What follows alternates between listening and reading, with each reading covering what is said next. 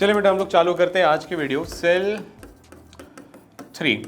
इससे पहले के जो दो पार्ट्स थे, सेल नंबर 1 वाली वीडियो और सेल नंबर 2 वाली वीडियो में हम लोगों ने सेल का इंट्रोडक्शन, सेल की डिस्कवरी और साथ ही साथ हम लोगों ने ओवरव्यू ऑफ सेल पढ़ा था, जिसमें हमने थोड़ा सा एक समरी जाना था कि सेल क्या है। उसके कुछ इंपॉर्टेंट पॉइंट्स यही थे कि सेल का साइज़ क्या है, सेल का साइज़ और शेप उसके फंक्शन पे डिपेंड करता है। साथ ही साथ हम लोगों ने साइटोप्लाज्म से रिलेटेड कुछ बात जानी थी, जैसे कि वो है main arena of cellular activities. साथ ही साथ हम लोगों ने ये जाना था कि सेल का जो वॉल्यूम है वो साइटोप्लाज्म ही ऑक्यूपाई करता है। साथ ही साथ हमने ये जाना था कि वो सेमी मैट्रिक्स है, सेमी फ्लूइड मैट्रिक्स है। ये कुछ बातें उस टॉपिक से हम लोग ध्यान में रखेंगे। जैसे एक और कि न्यूक्लियस के अंदर क्रोमोसोम है, उसके अंदर डीएनए और डीएनए जेनेटिक मटेरियल कैरी करता है। आज हम लोग पढ़ेंगे प्रोकैरियोटिक सेल। एक वीडियो गई होगी हम लोगों के चैनल पे, उसमें आप लोगों ने देखा होगा बायोलॉजिकल क्लासिफिकेशन में वसीम सर ने आपको पढ़ाया होगा किंगडम मोनेरा के अंदर आर्की बैक्टीरिया, यू बैक्टीरिया, वो सारे के सारे जो ऑर्गेनिजम्स हैं वो सब के सब प्रोकैरियोटिक है, यानी यूनिसेलुलर है। प्रो का मतलब होता है प्रिमिटिव, कैरियोटिक का मतलब होता है न्यूक्लियस, यानी ऐसे ऑर्गेनिजम्स जिनका जो न्यूक्लियस है वो बहुत ज़्यादा प्रिमिटिव है, पुराना है, आउटडेटेड है, लेकिन आज के टाइम पे भी सर्वाइव कर रहे हैं। पढ़ते बेटे, the prokaryotic cells are represented by bacteria. याद रखिएगा, इन्हीं बैक्टीरिया को एंटोनी वॉन ल्यूवेनहॉक ने एनिमल्क्यूल्स कहा था। Blue green algae, VGA, mycoplasma and PPLO। PPLO का form pleuro pneumonia like organism, सबसे छोटे बैक्टीरियाज होते हैं। They are generally smaller and multiply more rapidly than eukaryotic sales.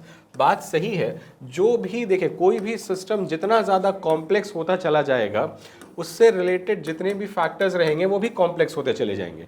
अब यूकैरियोटिक सेल बहुत ज़्यादा कॉम्प्लेक्स है, उसके अंदर कंपार्टमेंटलाइजेशन है, उसके अंदर चीज़ें डिवाइडेड है, उनके फंक्शंस डिवाइडेड है, जबकि प्रोकैरियोटिक सेल के अंदर ऐसा नहीं है। तो जब दिक्कतें कम तो डिवीजन बहुत ज़्यादा।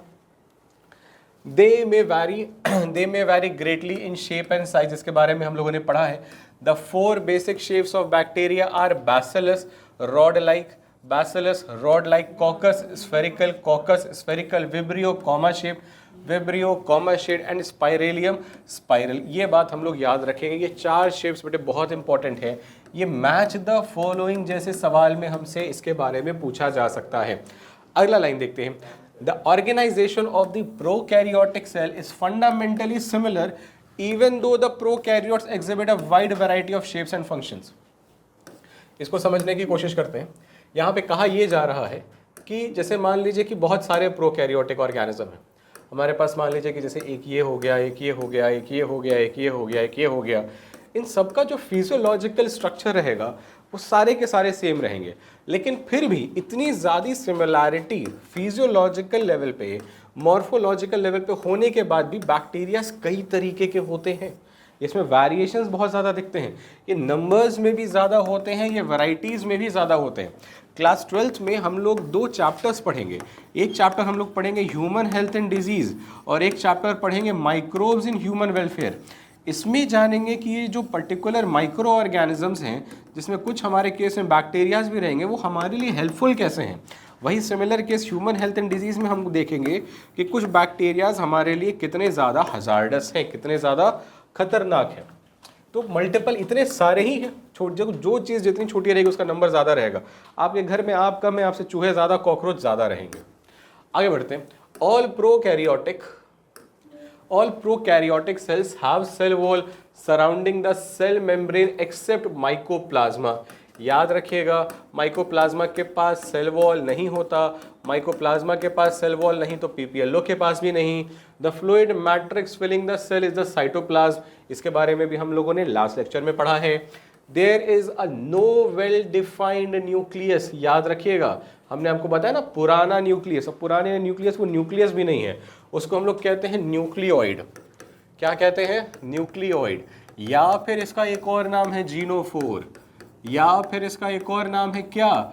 इंसिपिएंट न्यूक्लियस। याद रखिएगा, इंसिपिएंट का मतलब होता है immature.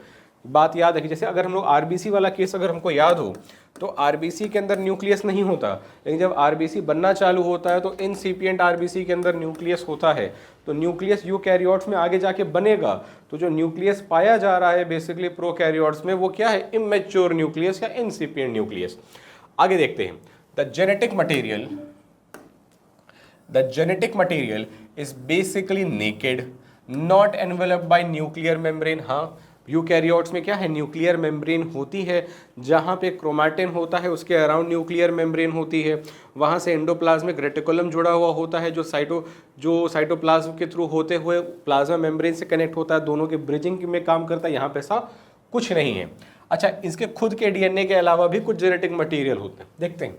In addition to the genomic DNA, अब ध्यान से समझिएगा जीनोमिक डीएनए क्या है। मान लीजिए ये बैक्टीरिया है, इस बैक्टीरिया का जो खुद का डीएनए है ना बच्चा, ये वाला खुद का डीएनए, ये है जीनोमिक डीएनए, इसका खुद का डीएनए। इसके अलावा भी कुछ डीएनए पाए जाते हैं। देखिए, in addition to the genomic DNA the single chromosome circular DNA, many bacteria have small circular DNA, small circular DNA कुछ इस तरीके से आउटसाइड द जीनोमिक डीएनए, यानी इसके बाहर, जैसे मान लीजिए यहाँ पे हमने बना दी, इसके अलावा, इस जेनेटिक मटेरियल के अलावा, these smaller DNA are called plasmid. ये प्लाज्मिड अगले साल हमारे लिए बहुत ज़्यादा काम आएगा, याद रखेंगे। The plasmid DNA confers certain unique phenotypic characters. Phenotypic हम लोगों ने पढ़ा है ना, हम लोगों ने क्लास 10 में फिनोटाइप के बारे में पढ़ा है। फिनोटाइप का मतलब फिजिकल कैरेक्टर्स, यानी ये प्लाज्मिड जो जीनोमिक डीएनए यानी बैक्टीरिया के मेन डीएनए के अलावा एग्जिस्ट कर रहे हैं, इनके अंदर भी कुछ कैरेक्टर्स स्टोर्ड होते हैं जो बैक्टीरिया में फिजिकली नजर आते हैं। जैसे एग्जाम्पल के तौर पर बैक्टीरियल वॉल, कुछ बैक्टीरिया में उनकी वॉल्स जो होती है ना बहुत ज़्यादा थिक होती है, वो सिर्फ और सिर्फ इसी वजह से क्योंकि उनके पास प्लाज्मिड के डीएनए में उसका डेटा स्टोर्ड रहता है।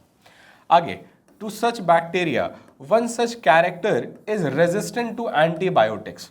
जैसे फॉर एग्जाम्पल समझते हैं इसको, जैसे यहाँ पे हमने क्या किया कि हमने एक बैक्टीरिया बनाया, ये इसका खुद का डीएनए है, एक और बैक्टीरिया बनाया, ये इसका खुद का डीएनए, इसके अलावा भी एक डीएनए मौजूद है, इसको हम लोगों ने बोला प्लाज्मिड। इस प्लाज्मिड के अंदर डेटा स्टोर ये है कि इसके अपने अराउंड एक वॉल बना लेगा, बोले हाँ या ना। अब इस वॉल की वजह से एंटीबायोटिक, अब जैसे मान लीजिए बैक्टीरिया आपके बॉडी के अंदर गया, आपने एंटीबायोटिक कंज्यूम किया, लेकिन अब ये एंटीबायोटिक इस बैक्टीरिया को मार नहीं रहा है क्योंकि इसके बाहर एक वॉल आ गई है, और ये वॉल का डेटा किसके पास है, इसके खुद के डीएनए के पास नहीं, किसके पास, प्लाज्मिड के पास। फिर इसको डिटेलिंग में हम लोग पढ़ेंगे क्लास 12 बायोटेक में। आगे देखते हैं, the plasmid of DNA confers certain unique phenotypic characters to such bacteria, one such character is resistant to antibiotics. एक हम लोगों ने एग्जाम्पल पढ़ लिया। In higher classes you will learn that this plasmid DNA is used to monitor bacterial transformation with foreign DNA. Bacterial transformation का क्या मतलब है, यहाँ बैक्टीरिया, यहाँ से डीएनए इसके पास गया, ये भी हम लोग पढ़ेंगे 12th में, हायर क्लास सीधा सीधा लिख दिया। Nuclear membrane found in nuclear membrane is found in eukaryotes. No organelle like the ones in eukaryotes are found in prokaryotic cell। हमको पता है, एक्सेप्ट क्या, राइबोसोम। राइबोसोम प्रोकैरियोट्स में भी है, यूकैरियोट्स में भी है। हमको पता है प्रोकैरियोट्स में कौन से 70S, यूकैरियोट्स में 70S भी है और 80S भी है।